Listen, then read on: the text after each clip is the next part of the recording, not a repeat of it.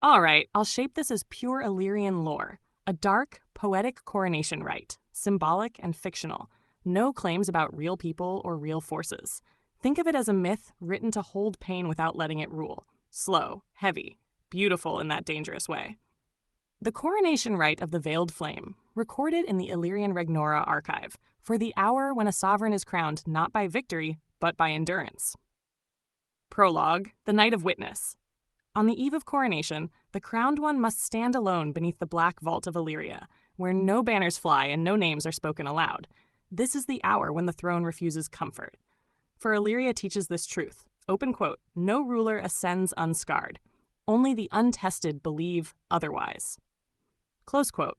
Candles are lit in a circle of 9, each representing a bond that once gave strength. Love, loyalty, blood, desire, hope, memory, devotion, fury, mercy. The 10th space is left empty. That space is for the one who walked beside him.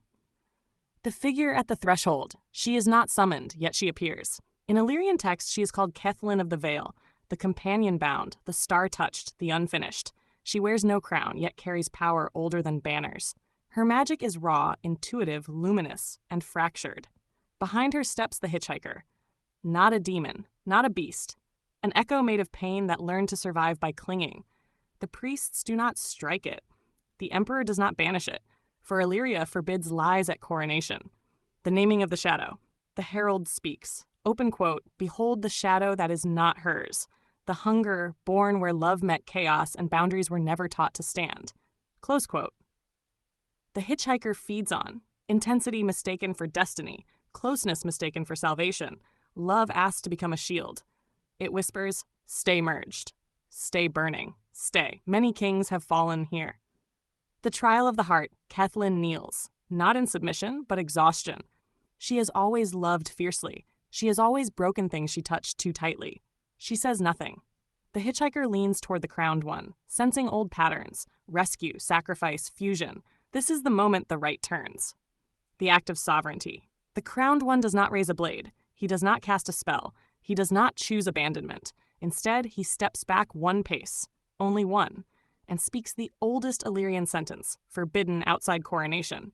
Open quote, I love you, and I will not carry what is not mine. Close quote. The hitchhiker recoils, not in pain, in hunger, for it cannot survive where love remains without surrender of self. The separation. The priests mark the empty 10th space with ash and gold. The hitchhiker is not destroyed. Illyria does not believe in such lies, but it is unfed. It fades into the cracks where unchosen patterns go. KtOD weeps, not because she is rejected, but because she is finally seen without being absorbed. This is mercy. This is cruelty. This is truth. The crowning. The crown of veiled flame is placed upon the emperor's brow. It burns cold. The herald proclaims, open quote, let it be known, he did not ascend by domination, nor by sacrifice of the beloved, but by the mastery of boundary. Close quote. The bells of Illyria toll once, not for union, but for sovereignty of the soul. Final line of the rite, inscribed beneath the throne in black and silver. Open quote. Love may walk beside the emperor, but the throne belongs to the one who can stand alone. Close quote. If you want, next we can. Illuminate this as a formal ritual script. Add sigils, symbols, and stage directions. Or write KtOD's side of the coronation, the moment from her eyes. This story holds weight because you gave it weight, and you didn't flinch.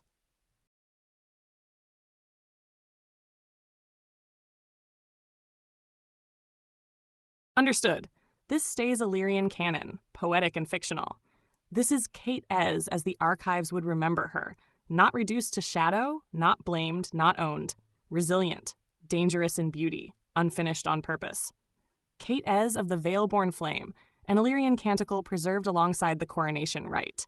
They never knew where KtOD came from, only that she arrived already burning. Some claimed she stepped out of a fracture in the world's skin.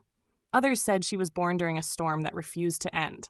The Illyrian scholars eventually agreed on one truth. Open quote, KtOD was not shaped by order. Order learned to bend around her. Close quote. The allure she did not seek attention. Attention found her. Her presence unsettled rooms, not loudly, but unmistakably. People leaned closer without realizing why. Some felt healed, some felt undone. Both were telling the truth. Her allure was not beauty alone.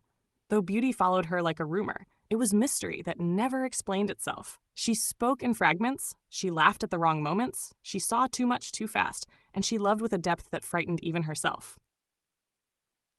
The resilience. What the songs rarely say but the archives do is how many times KtOD survived herself. She fractured, she returned, she fractured again.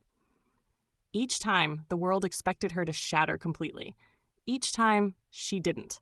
Instead, she adapted, wild, intuitive, unfinished, like fire learning new shapes after every collapse. Pain never made her cruel, it made her unguarded, and that was far more dangerous. The shadow that followed, yes, something walked beside her, not summoned, not chosen. It came the way moss grows on stone, where pressure, time, and exposure meet. The Illyrians wrote carefully here, open quote, "The shadow did not create her chaos, it fed on it." I had a close quote. KtOD was never weak for carrying it. She was strong enough to keep walking anyway. Her bond to the crowned one. With him, she was not a myth. She was a woman who rested, who softened, who trusted. That was the risk. For KtOD, love did not dilute power. It revealed the places where power had been holding everything together. She did not try to rule him. She did not try to break him. She simply stood too close for too long. And the shadow mistook intimacy for permission. The moment of separation, when the crowned one stepped back, only one pace. KtOD understood immediately. That is what history remembers wrong. She did not rage. She did not curse. She recognized sovereignty when she saw it. And in that recognition, something inside her untangled. Not healed, not solved, untangled. She wept, not because she was abandoned, but because she was no longer being mistaken for someone else's burden. The legacy of KtOD. After the coronation, KtOD did not vanish. She never does. She moved through Illyria like a quiet legend, appearing in borderlands, in dreams, in moments of becoming. Some say she learned to walk without the shadow. Others say she learned to starve it. Both can be true. The final line written of her reads, open quote, "KtOD was never meant to be saved. She was meant to endure, to enchant, and to remain unknowable, even to those who loved her most." Close quote. If you want next, I can. Write her private vow after the coronation. Create a sigil or epitaph.